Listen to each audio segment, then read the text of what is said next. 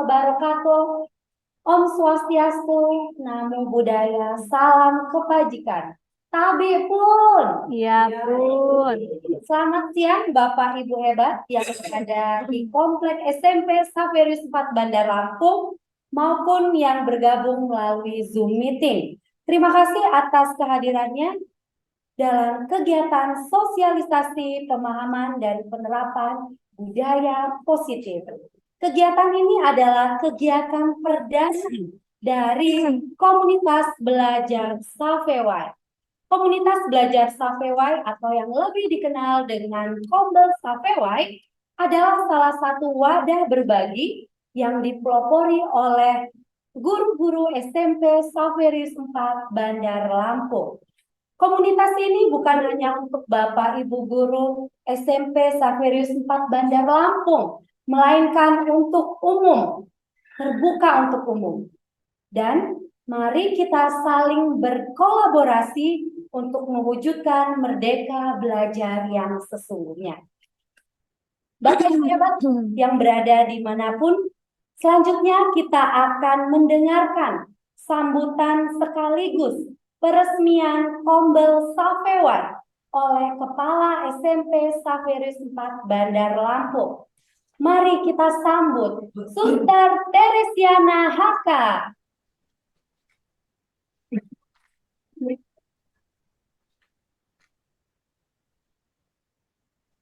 Baik, terima kasih untuk Ibu Siska yang sudah mengawali, sudah mulai mempersiapkan untuk mengadakan webinar yang pertama ini. Peserta webinar yang saya hormati, kita patut bersyukur bahwa SMP Saverius 4 Bandar Lampung secara resmi memiliki komunitas belajar. Kehadiran komunitas belajar ini bertujuan untuk memudahkan guru dalam mengembangkan pemahaman terhadap implementasi kurikulum merdeka dan menjadi wadah serta media guru untuk berkolaborasi dan bersinergi satu dengan yang lain. Komunitas belajar ini tentu sangat terbuka bagi semua guru yang ingin bergabung. Kegiatan pertama yang akan kita lakukan adalah webinar tentang pemahaman dan penerapan budaya positif yang akan dibawakan oleh Ibu Paula Yeni Ristiowati yang saat ini sedang mengikuti pelatihan CGP Angkatan ke-9. Untuk itu mari kita gunakan komunitas belajar ini untuk saling berbagi dan melengkapi agar mengembangkan profesi kita dalam mendampingi anak-anak bangsa yang dipercayakan kepada kita. Dengan demikian, komunitas belajar ini saya nyatakan dibuka. Terima kasih, waktu kembali saya berikan kepada Ibu Siska selaku pembawa acara. Terima kasih Suster Teresiana. Dengan begitu, komunitas belajar Saveway telah resmi berkarya. Bapak Ibu guru hebat, tunggu apa lagi? Segera bergabung bersama komunitas belajar Saveway dan mari kita saling berkolaborasi mengembangkan diri untuk mencapai kemerdekaan diri dan sebagai seorang pembelajar dan juga untuk kemerdekaan belajar peserta didik kita. Selanjutnya kita akan masuk dalam sesi berbagi. Untuk kali ini sesi berbagi akan dilakukan oleh Ibu Paula Yeni SPD. Beliau adalah calon guru penggerak angkatan 9 dan kegiatan ini merupakan desiminasi beliau saat mengikuti program pelatihan guru penggerak. Mari kita sambut Ibu Paula Yeni.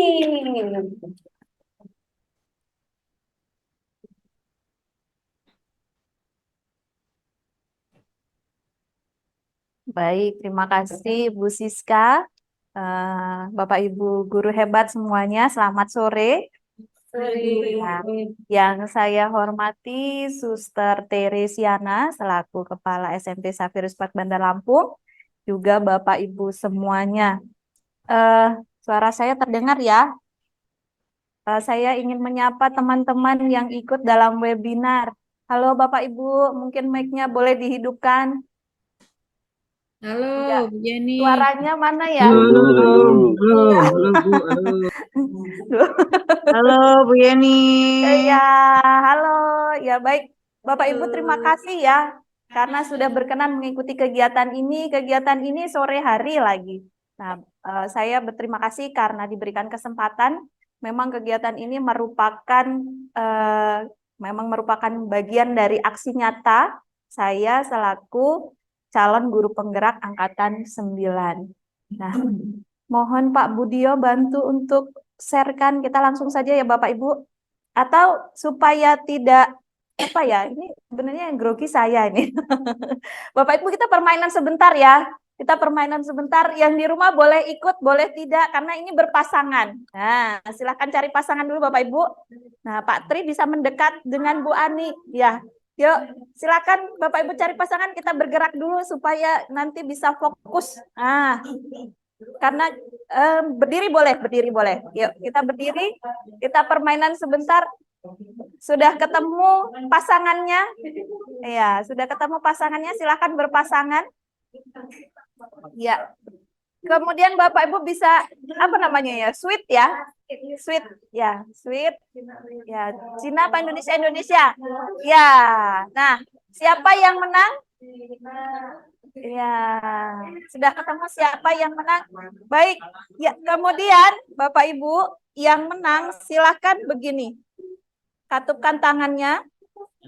Nah, yang kalah yang di luar. Iya, yang kalah yang di luar. Baik.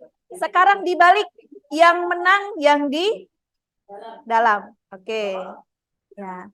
Ya. Yang menang di dalam ya. Iya. Yang di luar berarti yang kalah ya. Oke. Bapak Ibu, saya mau cek konsentrasinya. Nah, silakan nanti kalau saya bilang renggangkan, berarti dilebarkan ya. Renggang. Kita coba renggang. Yang di dalam diam aja, yang di dalam diam aja. Ya. Renggang. Renggang. Ya, sempit. Sempit berarti mengecil Pak Tri. Iya, renggang. Sempit. Tidak dipukul. Renggang, sempit, pukul. Ya. Baik. Silakan duduk Bapak Ibu. Ada yang kena pukul? Gak ada. Berarti semuanya konsentrasi. Kita tepuk tangan untuk kita semua. Baik Bapak Ibu. Yang kedua kita tepuk tangan karena kita sudah punya komunitas belajar. Yuk tepuk tangan untuk kita semua. Mudah-mudahan komunitas belajar yang kita bentuk ini sungguh menjadi wadah kita untuk saling berbagi, kolaborasi. Karena apa? Kita sekarang menyambut istilah Merdeka Belajar. Pembelajaran dengan paradigma baru. Nah, Bapak Ibu, saya belajar. Saya masih dalam proses pendidikan. Saya belajar dan ini sharing ilmu. Nanti kalaupun yang saya bagikan ini ternyata kok ada sesuatu yang Bapak Ibu juga ingin sampaikan, silahkan kita berbagi bersama. Baik, Bapak dan Ibu, silahkan ke slide selanjutnya, Pak Budio. Nah, ini saya tadi sudah disampaikan dan Bapak Ibu sudah hafal ya wajah saya. Di sini tampak nggak cantik ya. Kemudian selanjutnya, silakan Pak. Nah, ini ada pertanyaan pemantik Bapak Ibu. Pertanyaan pemantik melalui mentimeter.com. Yuk Bapak Ibu silahkan kita jawab. Silahkan bergabung dalam mentimeter.com. Bapak Ibu silahkan buka Google Chrome-nya. Lalu ketik Mentimeter join. Silahkan dibuka. Ini sebagai pertanyaan pemantik. Iya. Bapak Ibu yang mengikuti melalui link Zoom juga boleh ya. Silakan ketik mentimeter.com.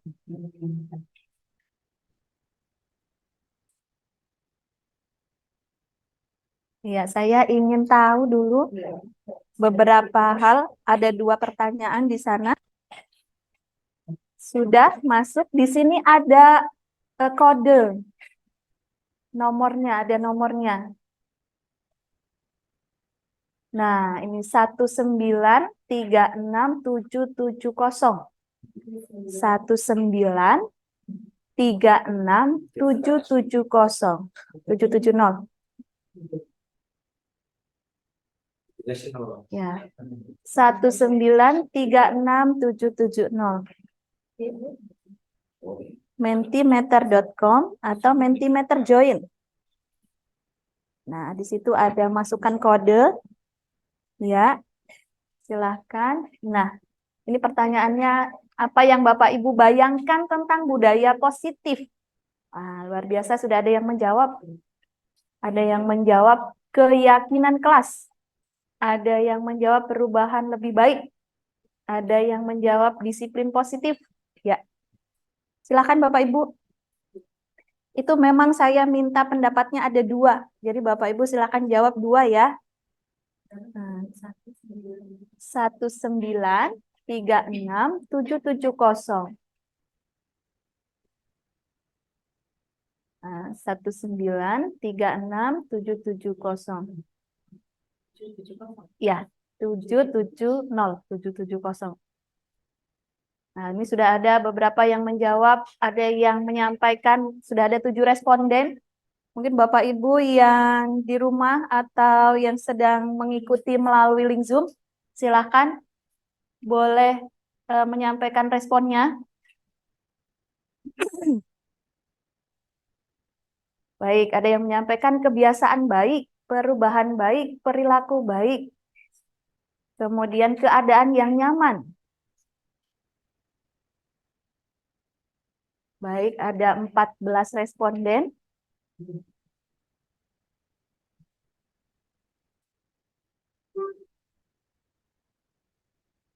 Iya. Bapak Ibu yang di sini sudah tergabung semuanya? Iya, sudah menjawab semua ya? Ya. Pak Tri? Baik, Bapak Ibu, di sini ada yang tulisannya paling besar ya. Nah, yang paling besar adalah disiplin positif. Artinya, berarti yang menjawab disiplin positif ini cukup banyak. Gitu ya. Nah, jadi karena sama yang menjawab disiplin positif, maka di sini tulisannya yang paling besar. Baik, masih ada yang menjawab Bapak Ibu? Sepertinya sudah semua ya. Baik, tepuk tangan untuk semuanya. Ya. Secara umum yang disampaikan ini sudah benar, tapi nanti kita akan lihat lebih dalam apa sih kaitannya dengan budaya positif. Gitu ya.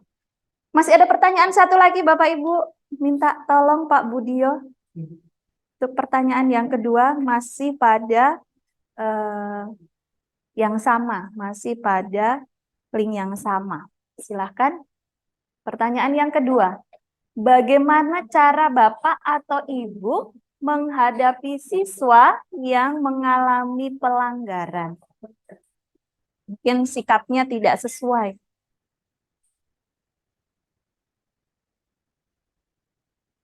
Baik, silahkan. Ini curah pendapat ya Bapak Ibu ya, jadi sangat terbuka.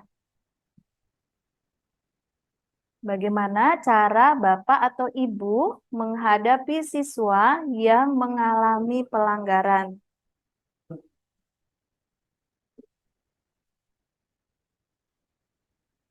Mungkin dinasehati, mungkin dipanggil, atau mungkin ada yang menghukum.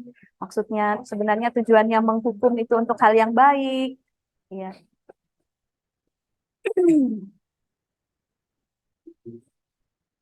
Ya, menegur, menasehati, diberi peringatan atau memperingatkan gitu ya.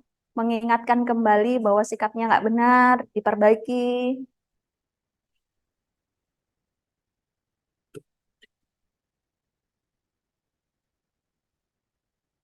Baik, sudah ada 9 respon. Iya. Tidak dengan marah-marah. Wah, luar biasa ini. Tidak dengan marah-marah. Diberi, diperingatkan, memberi nasihat, menasehati, membimbing, ya, membangun murid, Nah, membangun murid. Mungkin maksudnya membangun murid, membangun sikap yang baik kembali atau mengingatkan sehingga murid kembali pada perilaku yang benar. Kemudian diajak bicara dengan baik. Nah, ini luar biasa, diajak bicara dengan baik. Nah, artinya kalau diajak bicara itu ada tindakan diskusi. Ya, 18 respon. Ya, baik. Masih ada. Nah, ini yang paling banyak menasehati. Ya, ini secara umum memang kita lakukan ya Bapak Ibu ya. Kalau ada siswa kita tujuannya baik, kita memberikan nasihat. Baik, sudah ada 28 respon. Nah, dan yang paling banyak adalah sikap menasehati. Baik, terima kasih Bapak Ibu atas jawabannya. Tepuk tangan kembali. Nah, baik Pak Budio, kita bisa langsung ke materi.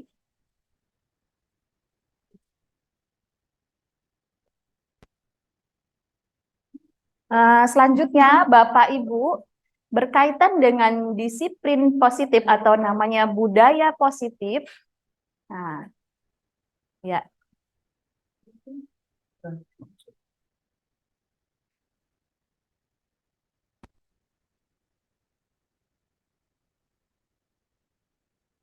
Ya, langsung ke slide selanjutnya. Nah, Bapak dan Ibu, budaya positif berkaitan erat dengan pembelajaran paradigma baru. Ya, budaya positif berkaitan erat dengan pembelajaran dengan paradigma baru. Bapak Ibu kenal ya, ini sosok Ki Hajar Dewantara.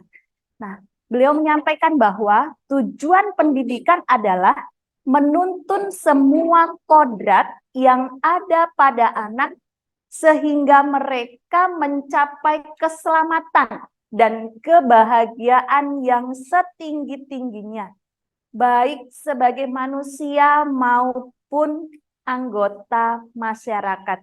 Bapak Ibu, ada kalimat yang harus kita garis bawahi atau harus kita kita ambil sebagai kata kunci bahwa pendidikan itu menuntun, gitu ya, menuntun bukan menuntut. Nah, di situ ada gambar apa Bapak Ibu? Ada gambar orang nanam padi di sawah. Kalau di atas saya sampaikan tujuan pendidikan adalah menuntun semua kodrat, lalu di situ ada gambar Bapak Ibu sedang menanam padi di sawah.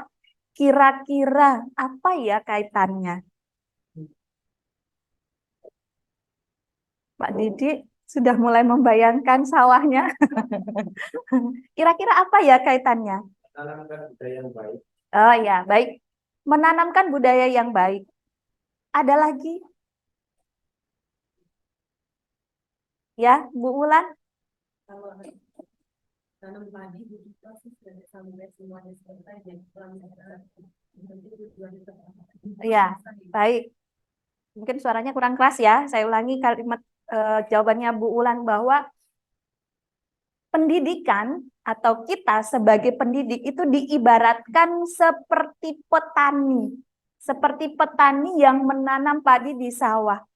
Maka tadi betul ada proses, ada budaya baik yang ditanamkan. Nah, sebagai pendidik, karena kita ini menanam atau tadi sebagai seperti petani, maka petani itu menyiapkan lahan yang subur.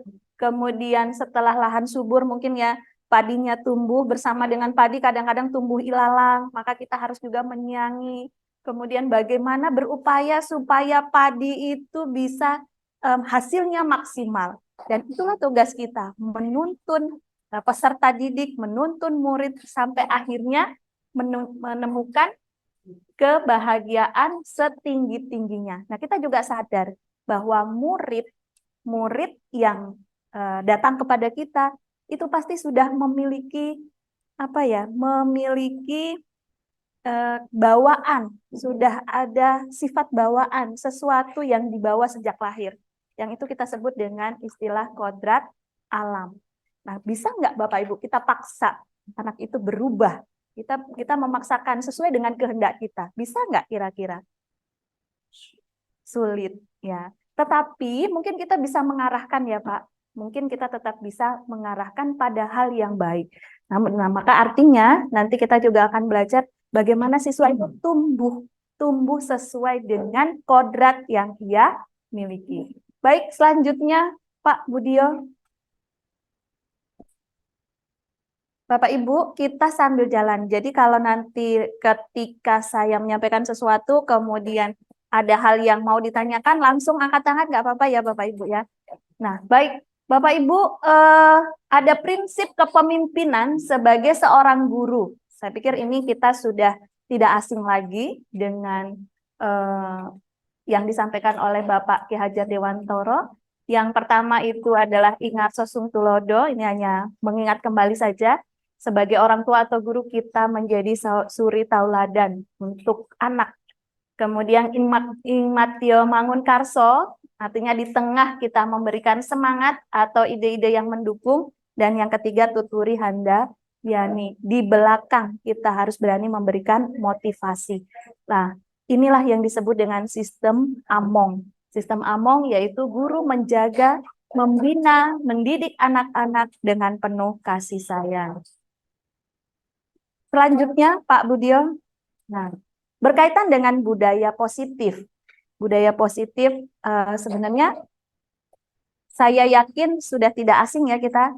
Nah, apa saja yang ada dalam budaya positif? Yang pertama ini ada, nanti kita mau lihat motivasi, hukuman, dan restitusi. Apa itu istilah motivasi, hukuman, restitusi? Kemudian nanti juga berkaitan dengan keyakinan kelas. Berarti jawaban Bapak Ibu tadi benar ya. Berkaitan dengan budaya positif tadi ada yang menjawab keyakinan kelas. Kemudian yang ketiga adalah kita akan pahami, kita akan lihat 5 kebutuhan dasar manusia. Lalu posisi kontrol. Bapak Ibu, kita ini sebagai guru, kadang-kadang kita ini ada di posisi kontrol yang mana. Kemudian yang kelima adalah segitiga restitusi. Segitiga restitusi merupakan cara bagaimana kita menyelesaikan permasalahan-permasalahan dari murid. Gitu. Baik, selanjutnya Bapak Ibu, budaya positif acap kali dikaitkan dengan istilah disiplin positif. Nah, mungkin saya bisa dibantu, silakan salah satu membacakan apa ya pengertian dari kata disiplin, atau kita sering mendengar sebenarnya disiplin itu apa? Boleh Bapak Ibu, biar nggak ngantuk. Ya, Mas Denny lah ya, kita dengarkan suaranya Mas Denny. Monggo Mas Denny.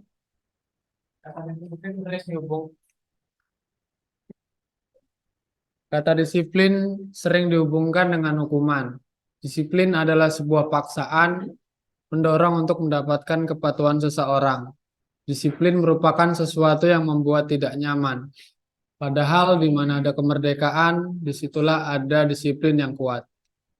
Sungguh pun disiplin itu bersifat self-disiplin, yaitu kita sendiri yang mewajibkan kita dengan sekeras-kerasnya.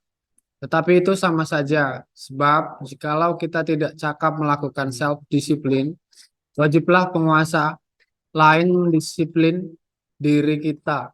Dan peraturan demikian, itulah harus ada di dalam suasana yang merdeka. Terima kasih. Baik, terima kasih Pak Denny. Bapak Ibu, disiplin, kita sering mendengar istilah disiplin. Kayaknya kalau mendengar disiplin itu sebuah paksaan ya, kita harus disiplin. Kalau nggak kayak gini salah gitu. Nah, betul, ini juga merupakan istilahnya miskonsepsi atau sesuatu yang harus kita perbaiki. Seharusnya seperti yang disampaikan oleh Bapak Ki Hajar Dewantara bahwa sebenarnya disiplin itu berkaitan erat dengan kemauan dalam diri kita. Jadi seharusnya disiplin itu bukan sesuatu yang diwajibkan dari orang lain, tetapi tumbuh dari dalam diri kita sendiri. Nah, di situ dikatakan bahwa kalau ternyata, kan kita membantu, ini dalam konsep sebagai seorang guru, kita membantu bagaimana supaya anak-anak memiliki sikap disiplin. Nah, tentu ada orang lain yang membantu mengontrol atau kita sebagai guru yang membantu dalam mengontrol. Tetapi semua hal tersebut harus dalam suasana merdeka. Nah, maka kita nanti akan melihat bagaimana sih disiplin positif yang bisa kita bangun. Artinya disiplin itu lahir bukan karena paksaan, bukan juga karena sesuatu yang ingin dihargai, tetapi disiplin itu akhirnya lahir sebagai sebuah keyakinan dalam diri murid. Lanjut, Pak Budyo. Disiplin diri membuat seseorang menggali potensinya. Nah, ini ketika seseorang sudah mampu meyakini, tadi ketika dia sudah mampu meyakini nilai-nilai positif dalam dirinya, akhirnya disebut dengan kebajikan universal. Nah, disiplin diri membuat seseorang dapat menggali potensinya menuju pada sebuah tujuan mulia. Disiplin lahir dalam diri, bagaimana cara kita mengontrol diri, menguasai tindakan untuk meraih nilai-nilai kebajikan atau disebut dengan motivasi internal. Ya, lanjut Pak. Nah, Bapak Ibu, terbaca nggak ya? Ini istilah kebajikan universal. Kecil-kecil ya. Ya, kecil-kecil. Tapi nanti saya bantu bacakan deh. Baik, saya ingin menyapa dulu teman-teman yang ada di Zoom. Halo Bapak Ibu. Halo Bapak Ibu. Iya. Halo. Iya, masih semangat? Masih. Ya, tepuk satu. Tepuk satu. Yes. Tepuk satu. Yes. Iya, kita ulang ya. Kalau saya sampaikan tepuk satu berarti jawab yes. Tepuk satu. Ya, tepuk dua. Siap ya. Tepuk dua siap. Tepuk tiga semangat. Oke, tepuk tiga. Tepuk dua. Tepuk satu. Ya, baik. Terima kasih. Bapak Ibu, kebajikan universal. Ada kita mengenal istilah peduli. Kebajikan universal itu kebaikan-kebaikan yang tidak ada kaitannya dengan suku, agama, ras, tetapi kebaikan yang bersifat umum. Di situ ada peduli, keterus-terangan, kebersihan, komitmen, belas kasih, tanggung jawab, kemudian harga diri. Nah, sedikit sudah saya sampaikan. Berarti Bapak Ibu punya gambaran ya, kebajikan universal ya. Apa kira-kira bisa ditambahkan?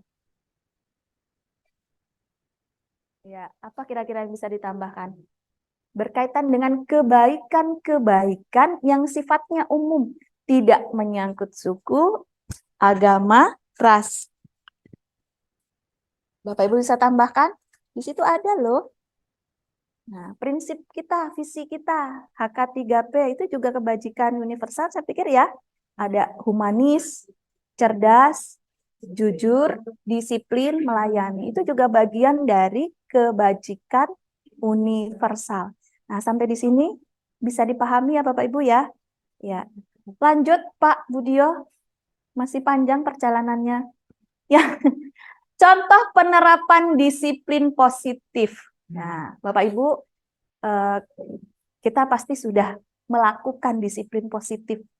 Nah, ini yang bisa saya rangkum. Nanti kita bisa tambahkan bersama. Apa sih disiplin positif yang sudah kita jalani bersama? Yang pertama, doa bersama pagi hari dan briefing. Ini sesuatu disiplin ya Bapak Ibu ya. Dan saya yakin akhirnya menjadi keyakinan dalam diri kita.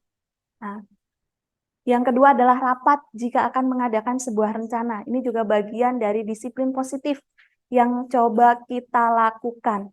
Kemudian menggunakan seragam sesuai dengan ketentuan. Hari ini ada yang nggak seragam? Hari ini ada yang nggak seragam? Di sini ada Pak Mis sama Pak Didi karena guru olahraga ya. Nah, mereka tetap seragam. Kemudian masuk kelas tepat waktu.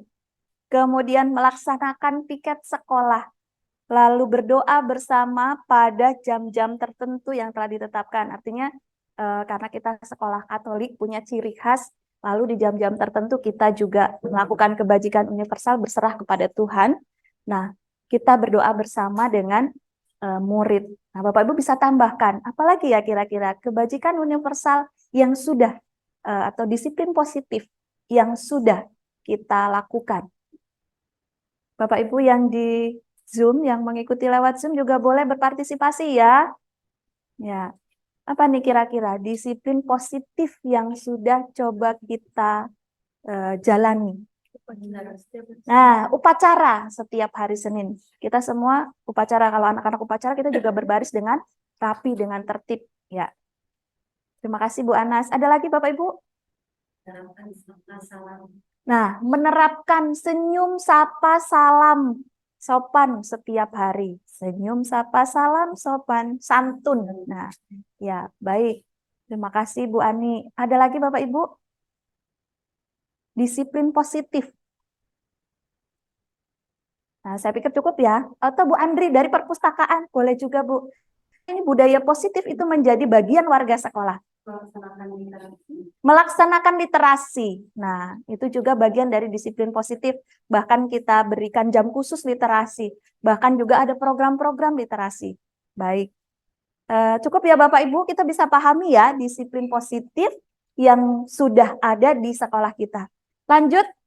Nah, Bapak Ibu, ini kalau disiplin positif bersama murid yang tadi, bagian-bagian yang kita lakukan bersama dengan Bapak Ibu guru. Nah, bersama dengan murid ini berdoa sebelum pembelajaran, menyanyikan lagu Indonesia Raya, lagu nasional, lagu daerah di awal. Kemudian menyanyikan lagu Marsaverius, berdoa bersama setelah selesai pembelajaran. Membiasakan membuang sampah pada tempatnya, membangun sikap HK3P sesuai dengan visi kita, olahraga di hari Jumat. Nah, ini ada 8 poin, tapi saya pikir masih banyak disiplin positif bersama siswa yang sudah kita jalankan. Baik, selanjutnya, nah, contoh penerapan disiplin positif tapi perubahan paradigma yang coba saya terapkan. Kalau yang tadi kita sudah terapkan secara umum. Namun ada disiplin positif berkaitan dengan perubahan paradigma. Nah, karena saya belajar pada modul 1.4 tentang budaya positif, lalu diminta juga apa sih yang sudah Bu Yeni terapkan gitu. Saya menerapkan berkaitan dengan pembelajaran, misalnya yang pertama, membuat kesepakatan belajar ketika akan memulai pelajaran. Nah, Bapak Ibu, tadi kan di awal kita sepakati bahwa disiplin itu hendaknya lahir bukan karena paksaan, tetapi kita mengajak kemudian melahirkan budaya positif dari dalam diri murid. Maka saya membuat kesepakatan belajar ketika akan memulai pelajaran. Bapak Ibu mengalami apa? Mungkin boleh sharing ketika mengajar di dalam kelas. Nah, situasi-situasi apa mungkin yang bisa Bapak Ibu alami? Lalu bagaimana ya cara kita menerapkannya supaya tumbuh disiplin dalam diri murid? Nah, pada saat pembelajaran, Ibu mengalami apa? Bu, ada kelas yang ramai banget. Atau bagaimana? Bapak Ibu, kita sharing bersama ya. Silakan Bapak Ibu yang ada di link Zoom juga boleh untuk ikut berpartisipasi. Nah, Pak Mis mungkin. Nah, ini guru olahraga Pak Mis. Pak Mis mengalami apa Pak Mis? Situasi-situasi di kelas. Baik, Bu Yeni, terima kasih. Ini tadi sempat saya sharing juga dengan Mbak Titi. Ya. Kami mengalami hal yang sama di salah satu kelas. Sangat kesulitan sekali untuk menenangkan anak ketika kita memberikan materi. Kadang kita kondisikan kelas itu sudah kondusif, tiba-tiba ribut lagi, kita kemana-mana. Itu sangat perlu kesabaran bagi kita untuk mengkondisikan anak. Iya. Terima kasih, Bu. Baik, terima kasih Pak Mis. Ya, terima kasih Pak Mis sudah mau sharing. Tepuk tangan dulu Pak, Bapak Ibu. Nah, ya. Apakah situasi itu juga dialami Bapak Ibu guru yang lain? Nah, semua. Dari perpustakaan mungkin, dari perpustakaan. Iya. Bu Andri boleh sharing Bu, apa yang dialami? Baik Bu, terima kasih. Kan kadangkala kan anak memang ada jadwal belajar di perpus atau memang gurunya memang sedang tidak bisa mengajar pada hari itu, anak-anak di perpus. Nah, saya sering kali bertanya kepada mereka karena mereka sering riuh di perpustakaan, Bu. Saya bilang, apakah di kelas seperti ini juga? Wah, parah, Bu, katanya. Parah, Bu. Jadi seringkali kayak memang harus agak marah sedikit, tapi ya memang lebih dituntut sabar, Bu. Karena kalau mereka dimarahin terus, mereka bakal takut datang ke perpustakaan gitu. Ya, ada poin yang bisa saya garis bawah ya. Ketika dimarah terus, akhirnya takutnya mereka menjadi takut gitu kan. Nah, males, nggak mau lagi ke sana. Atau tadi ketika Pak Mis bagaimana Pak Mis cara mengatasinya? Ketika anak-anak ribut, riuh di dalam kelas, tadi karena juga mengalami yang lain, Pak Mis apa tindakan yang dilakukan? Mendisiplinkan dengan cara duduk di tempatnya masing-masing. Nah, dengan fokus untuk materi, otomatis anak akan fokus semua. Nah, selain itu kita juga harus tetap mengawasi. Kalau tidak kita lengah sedikit aja udah ribut lagi, Ya. sudah. Tentunya kesabaran itu yang perlu kita. Ya. Oh, Pak Mis guru yang sabar. Tepuk tangan dong. Ya, kalau Pak Mis guru yang sabar. Baik, Bapak Ibu, mungkin ini sedikit berbagi. Saya pun pasti mengalami situasi itu. Namun yang saya lakukan berkaitan dengan paradigma pembelajaran yang baru, bagaimana kita menumbuhkan motivasi internal dari dalam diri murid tanpa paksaan, maka saya mencoba membuat kesepakatan belajar bersama ketika akan mulai pelajaran. Artinya apa? Sebelum pembelajaran dimulai, kita buatkan kesepakatan. Ini contohnya. Nah, mungkin bisa mulai dari kita dulu, karena kalau anak-anak kan pasti belum muncul ya apa yang akan dipikirkan. Kalau kita melihat satu kelas, misalnya ternyata acap kali ketika pembelajaran kita itu rame, ribut, mungkin kita bisa buatkan kesepakatan. Nah, mungkin kesepakatan yang akan muncul, satu, fokus pada saat pembelajaran. Nah, misalnya begitu. Lalu nanti ternyata ada yang tidak fokus atau akhirnya membuat ribut, nanti kita cari tahu bagaimana sih cara mengatasinya. Lalu perubahan paradigma yang coba saya terapkan juga adalah membuat keyakinan kelas bersama rekan sejawat. Karena saya tidak wali kelas, maka keyakinan kelas yang dibuat saya berkolaborasi dengan Bapak Ibu guru yang lain. Lanjut Pak Budyo. Nah, kemudian yang coba juga saya lakukan adalah refleksi diri.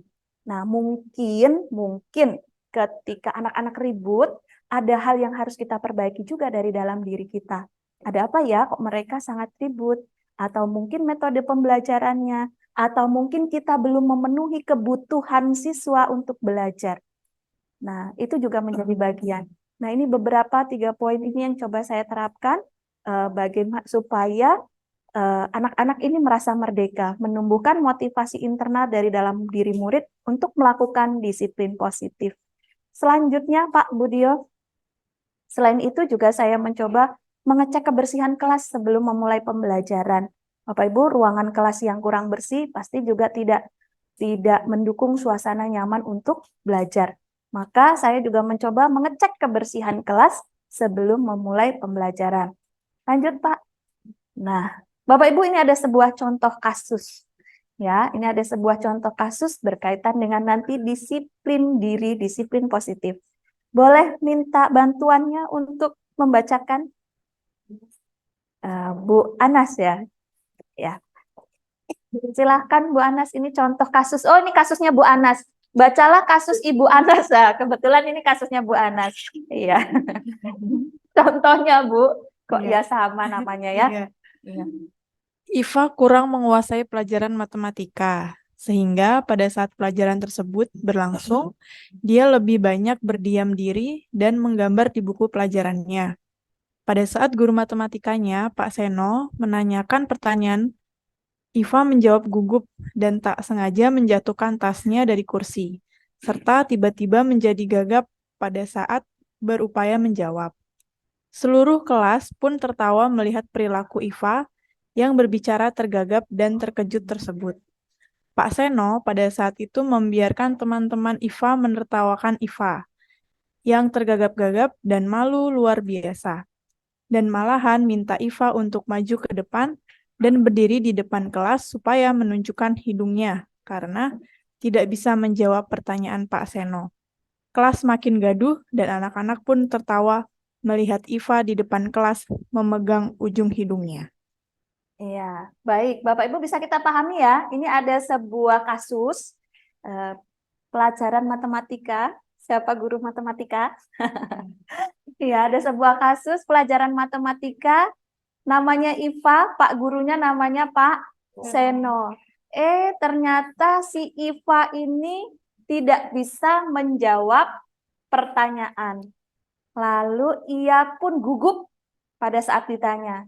Nah, pas gugup menjatuhkan tas karena dia gugup ya. Kemudian ia juga apa ini perilakunya? Menjadi gagap, terkejut. Lalu ia juga Pak Seno saat itu membiarkan teman-teman Iva menertawakan. Padahal Iva malu luar biasa. Kemudian malah yang dilakukan Pak Seno lagi apa? Meminta Iva maju ke depan sambil pegang hidungnya. Bapak Ibu ada pertanyaan nomor 1. Apakah Anda setuju dengan tindakan Pak Seno terhadap Iva? Nah, Bapak Ibu kira-kira kalau mengalami situasi ini, apakah Bapak Ibu setuju dengan tindakan Pak Seno terhadap Iva? Ya, ada yang mau coba menjawab? Kalau ada kejadian, nah kadang-kadang kita juga mengalami ya, lagi dijelasin gitu kan, tiba-tiba dia nggak fokus berarti ketika ditanya, tergagap menjatuhkan tas gitu. Nah, yang dilakukan oleh Pak Seno adalah menyuruh Iva maju ke depan sambil memegangi hidungnya. Teman-teman semuanya tertawa. Bapak Ibu setuju dengan tindakan Pak Seno tersebut? Tidak setuju. Iya, tidak setuju. Mengapa? Nah, mengapa ini tidak setuju? Ya, iya, Bu Ulan. Karena akan membuat Iva semakin malu, juga akhirnya Iva semakin takut pelajaran matematika. Nah, betul. Dari tindakan yang dilakukan Pak Seno terhadap Iva, akhirnya si Iva ini akan menjadi malu. Apakah dari yang dilakukan tersebut Iva menjadi terus konsentrasi lagi belajarnya terhadap matematika? Tidak. Nah, tidak. Malah dia akan menjadi sakit hati. Malah mungkin akan menghindar pelajaran matematika. Nah, begitu ya gambarannya Bapak Ibu. Yang kedua, menurut Anda, tindakan Pak Seno adalah sebuah hukuman atau konsekuensi? Nah, sebuah hukuman atau konsekuensi. Artinya kalau konsekuensi ya ketika kamu melakukan kesalahan, ada hal yang dilakukan. Gitu. Nah, ini merupakan hukuman atau konsekuensi? Nah, yuk. Hukuman ya, hukuman. Nah, Bapak Ibu mari kita lihat. Apa itu hukuman? Apa itu konsekuensi? Yuk, Pak Budio. Nah, hukuman. Hukuman adalah sesuatu yang menyakitkan, tidak ada kaitan antara yang dilakukan dan tindakan yang diberikan. Nah, tadi dia tidak konsen, dia si Iva tadi menjatuhkan bukunya karena tergagap gitu. Dan tiba-tiba Pak Seno menyuruhnya maju ke depan. Itu adalah sebuah hukuman. Tadi siapa yang menjawab hukuman ya? Iya, Bulan. Dan Bapak Ibu semua setuju ya. Kemudian konsekuensi. Pengertian konsekuensi adalah tindakannya sesuai. Nanti kita akan lihat apa sih tindakan yang sesuai. Tindakannya sesuai, tapi bisa jadi murid akan sakit hati, lalu terjadi perubahan, namun yang dilakukan adalah motivasi eksternal, bukan internal. Terbalik ini. Ya, yang dilakukan adalah motivasi eksternal. Karena takut, jadi dia tidak akan melakukan lagi. Nah, nanti jadi konsekuensi itu ketika seorang murid melakukan kesalahan, kemudian kita memberikan apa ya semacam sanksi mungkin ya, tetapi nyambung sih, misalnya konsekuensinya itu nyambung, tapi ternyata perubahannya itu mungkin hanya sifatnya sementara karena tidak tumbuh dari dalam diri. Lalu apa ini restitusi? Restitusi adalah guru membimbing anak memperbaiki kesalahan mengundang anak menemukan cara atau solusi, memperbaiki diri, menemukan nilai kebajikan yang dilakukan, dan menjadi kepercayaan diri. Akhirnya menjadi keyakinan diri. Nah, baik Bapak Ibu tahu ya bedanya ya, apa hukuman, apa konsekuensi, apa restitusi. Ini ada beberapa contoh. Ayo Pak, silakan dibuka kembali. Nah, baik Bapak Ibu, ada 5 kebutuhan dasar manusia. Ya, yang pertama adalah bertahan hidup atau survival ya. Bahasa Inggrisnya ya, Mem, ya benar ya. Ya. Kita bisa tahu ya, yaitu kesehatan, rumah, makan, minum, kemudian rasa kasih sayang dan rasa diterima, kemudian penguasaan, kebebasan dan kesenangan. Kasus IVA Bapak Ibu, kasus IVA. Kira-kira kebutuhan apa ya IVA itu? Nah, tadi dia tidak konsen, kemudian menjatuhkan sampai kaget, bukunya terjatuh, tasnya terjatuh. Nah, kira-kira kebutuhan IVA ini apa ya? 5 dari 5 kebutuhan dasar manusia ini. Kasih sayang dan rasa ingin. Nah, baik. Terima kasih Bu Andri. Tepuk tangan untuk Bu Andri. Kasih sayang. Ya, mungkin langkah yang bisa dilakukan adalah Pak Seno bisa menanyakan, kenapa kok nggak konsen sampai tasnya jatuh gitu. Ada apa? Kita tidak tahu. Iva datang ke sekolah membawa apa dari rumahnya, kita tidak tahu. Dan mungkin kita bisa menggali ini namanya profil murid. Nah, ya. Baik. Lanjut Pak Budio.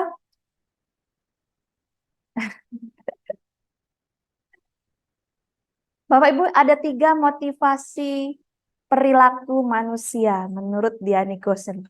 Yang pertama, untuk menghindari ketidaknyamanan atau hukuman. Ini motivasi eksternal. Lalu ada mendapatkan imbalan atau penghargaan dari orang lain. Nah, seseorang melakukan sesuatu supaya mendapatkan penghargaan dari orang lain. Banyak bentuk-bentuk penghargaan.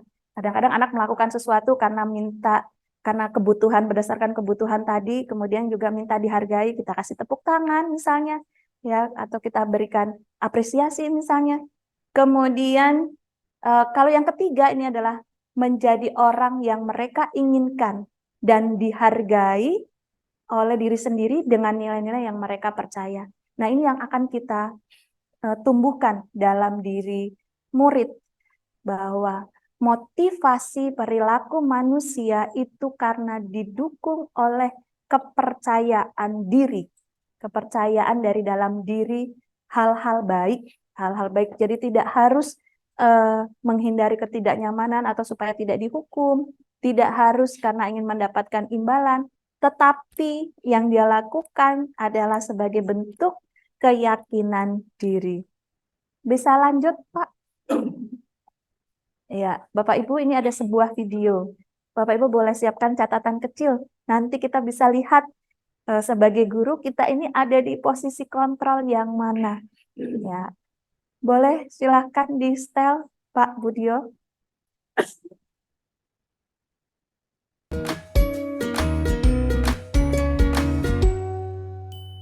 Salam bahagia Ibu dan Bapak guru hebat. Dalam penerapan disiplin positif restitusi, salah satu program yang dikembangkan adalah 5 posisi kontrol. 5 posisi kontrol dalam restitusi adalah proses perjalanan seorang pendidik agar dapat mengenali dirinya. Pada video kali ini, kita akan membahas tentang 5 posisi kontrol yang dikembangkan oleh Diane Goosen dan contoh penerapannya.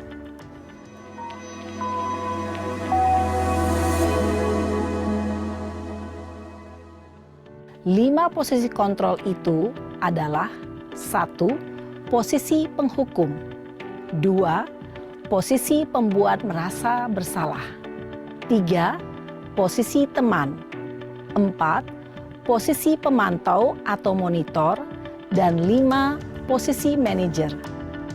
Untuk lebih memahami kelima posisi tersebut, mari kita saksikan kasus Naren yang terlambat hadir 20 menit di sekolah dan melihat bagaimana kelima posisi kontrol dalam menghadapi masalah tersebut.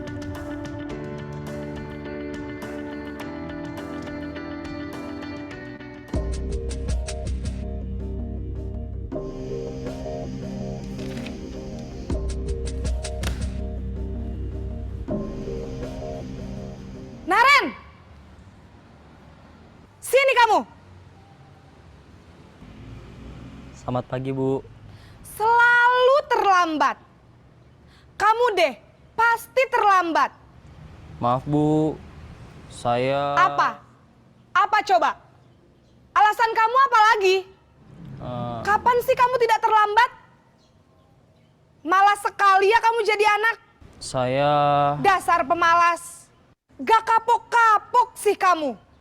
Sudah berapa kali terlambat? Sana, kamu keliling lapangan basket 2 kali. Kenapa saya harus keliling lapangan basket, Bu?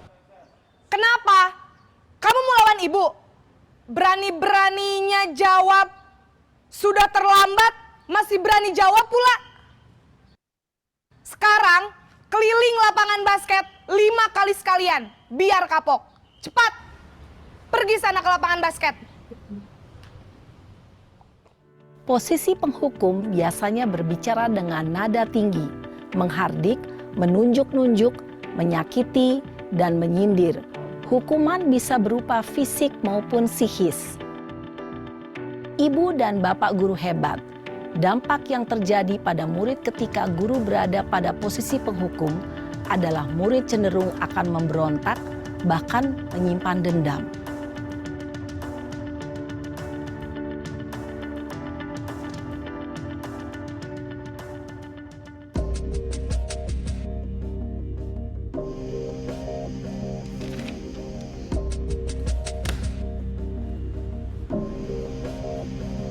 Naren!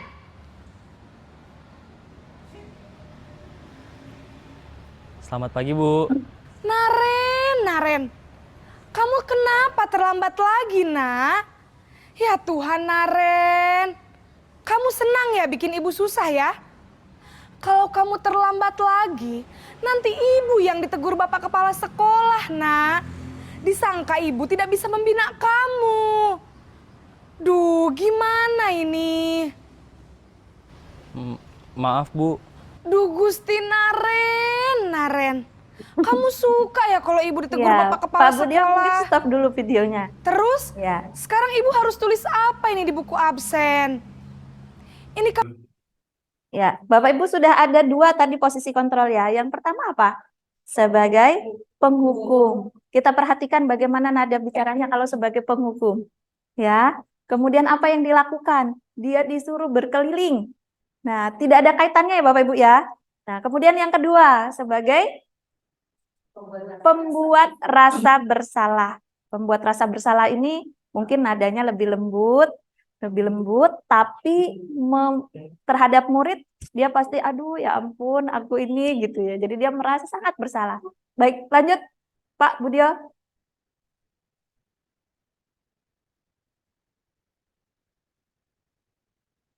Ya, mulai lemot. kamu sudah sering terlambat loh. Ibu harus apa coba? Maaf, Bu. Maaf sekali. Ya sudah, lain kali jangan bikin ibu susah lagi ya nak ya. Ibu tidak akan kuat lagi kalau kamu begini terus. Bisa jantungan kalau ibu ditegur bapak kepala sekolah. Bisa Sana cepat jantungan. ke kelas. Maaf ya, Bu. Maaf sekali. Nah, kita bisa lihat bagaimana si Naren. Aduh, sudah Posisi habis lah ya. Baik. pembuat rasa bersalah berbicara dengan nada tenang, cenderung lembut. Namun kata-kata yang diutarakan membuat murid merasa menjadi orang yang gagal. Memandang buruk dirinya sendiri, merasa tidak berharga, dan tidak sanggup membahagiakan orang lain. Ketika guru mengambil posisi pembuat rasa bersalah, murid akan menganggap dirinya yang bersalah dan ia akan menyimpan emosi negatif tersebut di dalam dirinya. Oke, baik Bapak Ibu, Pak Budi mohon stop dulu.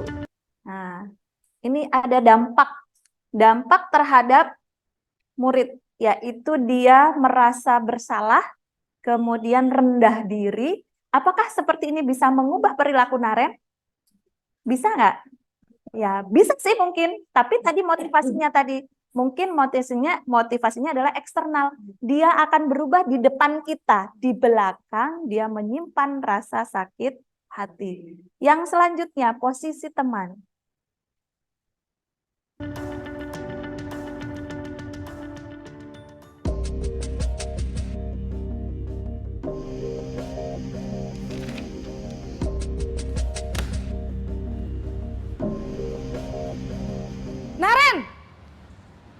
kasihan Naren ini ya. Take berulang-ulang. Selamat pagi, Bu. Dipanggil terus. Wah, sudah jam berapa ini, Nak? Nah, ini posisi Terlambat teman. lagi ya saya. Nah, ngomongnya Iya, udah lebih Bu. halus lagi ya, lebih lembut Habis lagi. ibu saya lupa bangunkan saya, Bu. Nah, posisinya juga senyum Kamu sih, malah senyum ya. menyalahkan ibu kamu. Kamu bukannya anak yang larinya paling kenceng. Kok terlambat sih? Iya, Bu. Saya memang terlambat bangun tadi. Jadi, biarpun saya lari kencang, tetap gak kekejar, Bu. Ya Naren sudah mulai sana. mengakui kesalahannya. Nanti lain Nggak kali gampang larinya lagi. lebih kenceng Ini masih lagi ya. nyalakan. Biar gak terlambat lagi. Bikin seneng ibu. Demi ibu. Bisa kan?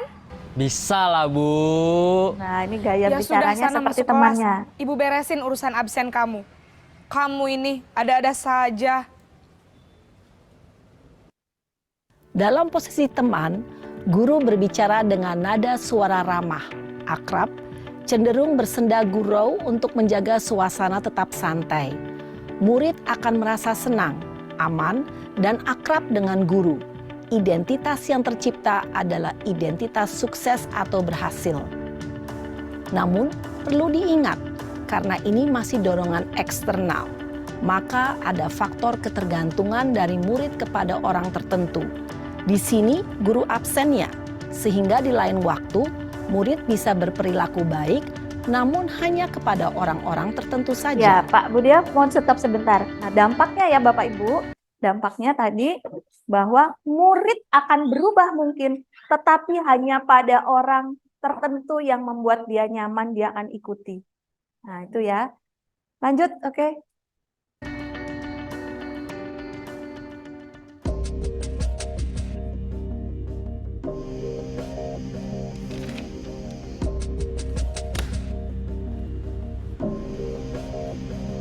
Naren!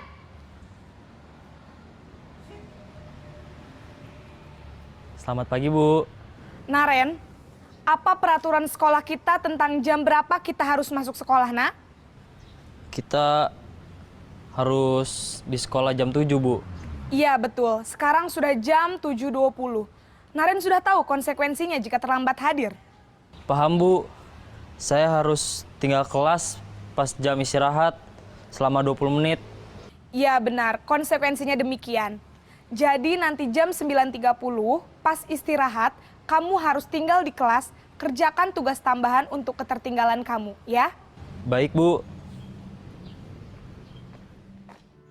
Posisi pemantau mengandalkan penghitungan atau data untuk mengontrol murid.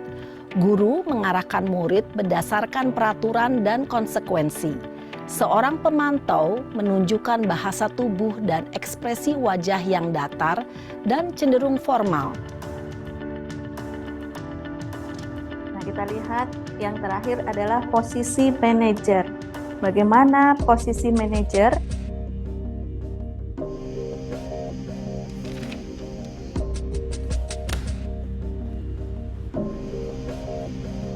Naren! Aduh. Selamat pagi, Bu. Selamat pagi, Naren. Maaf, Bu. Saya terlambat. Iya, sekolah masuknya jam 7, sekarang sudah jam 7.20. Jadi sekarang bagaimana ini, Naren? Maaf, Bu. Saya lupa setel alarm saya semalam. Baiklah, menurut kamu, keyakinan sekolah yang mana yang perlu kamu tingkatkan? Menghargai diri sendiri dan orang lain mungkin ya, Bu. Setuju. Jadi, apakah Naren meyakini prinsip saling menghormati tersebut? Iya, Bu. Saya meyakininya. Apakah Naren bersedia memperbaiki masalah keterlambatan ini? Bersedia, Bu. Bagaimana kamu akan perbaiki masalah keterlambatan ini? Saya akan coba untuk tidak lupa menyetel alarm saya, Bu. Baik, kalau Naren lupa menyetel alarm di rumah, ada orang yang kira-kira bisa bantu mengingatkan tidak? Ada, Bu. Kakak saya, Kak Ema. Ada lagi selain Kak Ema? Selain Kak Ema, ada ibu saya. Baik, jadi yang mengingatkan Naren adalah Kak Ema dan ibu kamu ya? Kira-kira akan mulai setel alarm kapan nih, Naren? Setelah pulang sekolah, akan segera saya lakukan. Baik, Jadi Naren akan setel alarm untuk bangun besok pagi dan akan diingatkan oleh kakak dan ibunda Naren ya. Ada lagi yang mungkin perlu dilakukan Naren agar tidak terlambat bangun lagi. Tidak ada, Bu. Baik Naren, terima kasih untuk kerjasama kamu. Sekarang kamu perlu kembali ke kelas untuk belajar. Baik, Bu. Terima kasih. Iya. Baik. Posisi manajer adalah posisi ada kontrol yang penjelasan. disarankan untuk membimbing murid memiliki sikap disiplin yang positif, yaitu murid yang mandiri, bertanggung jawab, dan dapat memecahkan masalah. Tujuan dari posisi ini adalah agar murid dapat berefleksi atas tindakannya. Guru akan dengan tulus memberikan pertanyaan-pertanyaan bermakna, sehingga membuat murid dapat belajar dari kesalahannya dan mencari sebuah solusi untuk menyelesaikannya.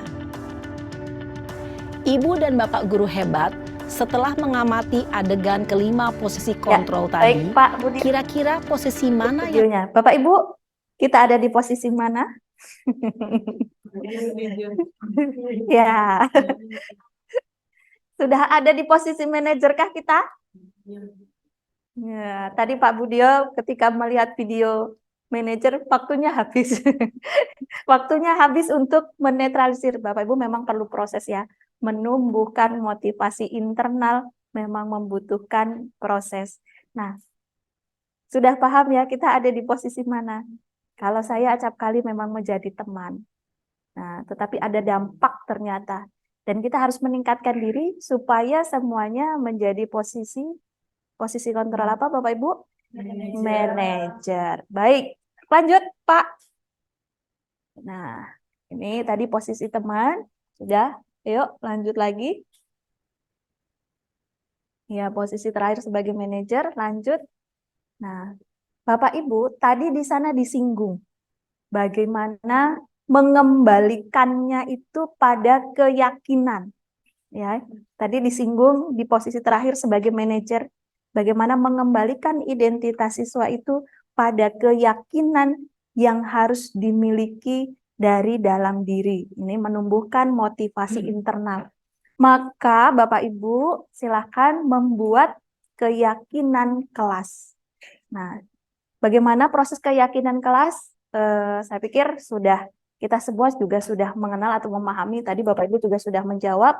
Nah, ini dia keyakinan kelas itu pernyataan-pernyataan universal yang dibuat dalam bentuk kalimat positif. Lalu tidak dibuat dalam jumlah yang banyak sehingga mudah diingat dan semua warga kelas itu menyetujui. Kemudian ini contohnya. Belum Pak Budio? Nah, ini contohnya. Misalnya yang harus muncul dalam keyakinan kelas adalah kalimat-kalimat positif. Kalau kalimat negatifnya dilarang mencontek, maka kalimat positifnya adalah jujur dan mandiri. Dilarang buang sampah, kalimat positifnya menjaga kebersihan. Jangan terlambat, hadir tepat waktu. Maka bagaimana kita mengembalikan identitas murid kembali pada keyakinan diri yang tertuang dalam keyakinan kelas. Harapannya, keyakinan kelas ini nantinya akan menjadi keyakinan sekolah. Sehingga anak-anak merasa kalau aku tidak melakukan itu, bukan motivasinya takut dihukum atau takut tidak mendapat penghargaan. Tetapi kalau tidak melakukan itu, diriku sendiri merasa bersalah pada diri sendiri. Nah, itulah disiplin positif yang akan kita bangun bersama. Terakhir Bapak dan Ibu, ini langkah-langkahnya. Saya pikir kita sudah pernah, jadi tidak usah bahas satu persatu ya. Lanjut. Nah, ada istilah segitiga restitusi dalam menangani sebuah masalah tadi. Yaitu ada langkah-langkahnya. Yang pertama adalah menstabilkan identitas. Bapak Ibu, ketika ada seorang murid yang bermasalah, mungkin kita bisa sampaikan kepada dia bahwa setiap orang pasti pernah melakukan kesalahan. Kemudian kamu bukan satu-satunya yang pernah melakukan ini. Itu ya. Kemudian kita bisa lakukan lagi validasi tindakan yang salah. Nah, kita bisa tanyakan kepada murid, kamu tentu punya alasan mengapa melakukan hal itu. Nah, kamu tentu punya alasan. Ini berkaitan dengan tadi, 5 kebutuhan dasar manusia. Kemudian yang ketiga, kita bisa menanyakan keyakinan. Keyakinan kelas apa yang sudah kita sepakati, atau kamu ini sebenarnya ingin menjadi seperti apa sih dan tentang dirimu gitu. Nah, Bapak dan Ibu, itu semua rangkaian dalam rangka menumbuhkan disiplin positif, mengembangkan paradigma pendidikan, perubahan pembelajaran yang terbaru. Ada pertanyaan? Ya, cukup banyak, sudah sore juga ya. Ya. Apakah ada pertanyaan Bapak Ibu? Nah, Bu Christine. Ya, silakan Bu Christine. Terkait dengan apakah dalam menangani masalah sosial itu harus selalu berurutan?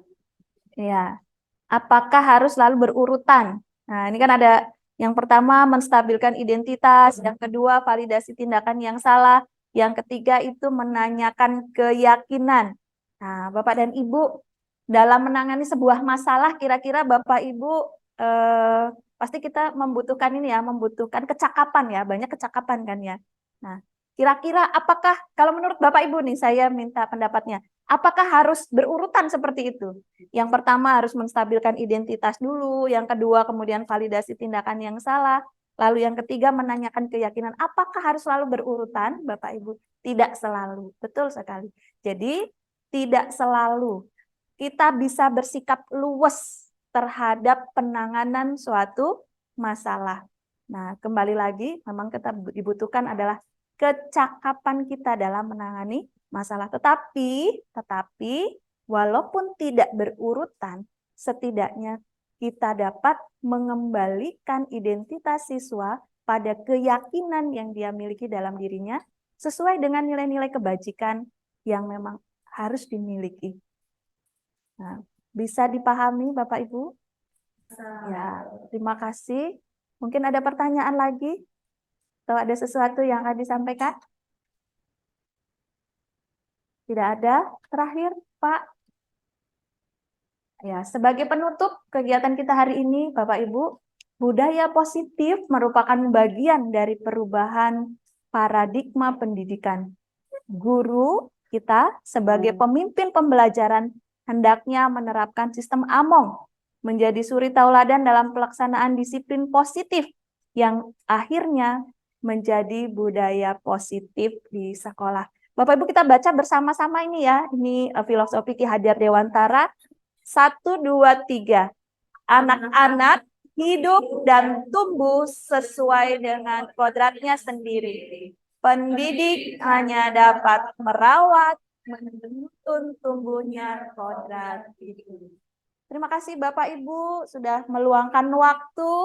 Saya berterima kasih karena Bapak Ibu berkenan mendengarkan sharing pengalaman saya belajar bersama dalam modul 1.4. Terima kasih sekali lagi. Waktu saya kembalikan pada Bu Siska. Hebat. Wow, hebat. Wow, hebat. Wow. Terima kasih Ibu Paula YNSPD yang telah bersedia berbagi di Kombel Saveway. Bapak Ibu, kita sudah sampai di penghujung acara. Namun sebelumnya, mohon Bapak Ibu untuk mengisi link absensi terlebih dahulu. Link absensi sudah berada di kolom chat. Saya Olivia Dewanti, pamit undur diri. Mohon maaf jika ada kesalahan kata. Sampai jumpa kembali di sesi berbagi berikutnya. Tentunya tetap di Kombel Saveway. Sampai jumpa. Salam perubahan.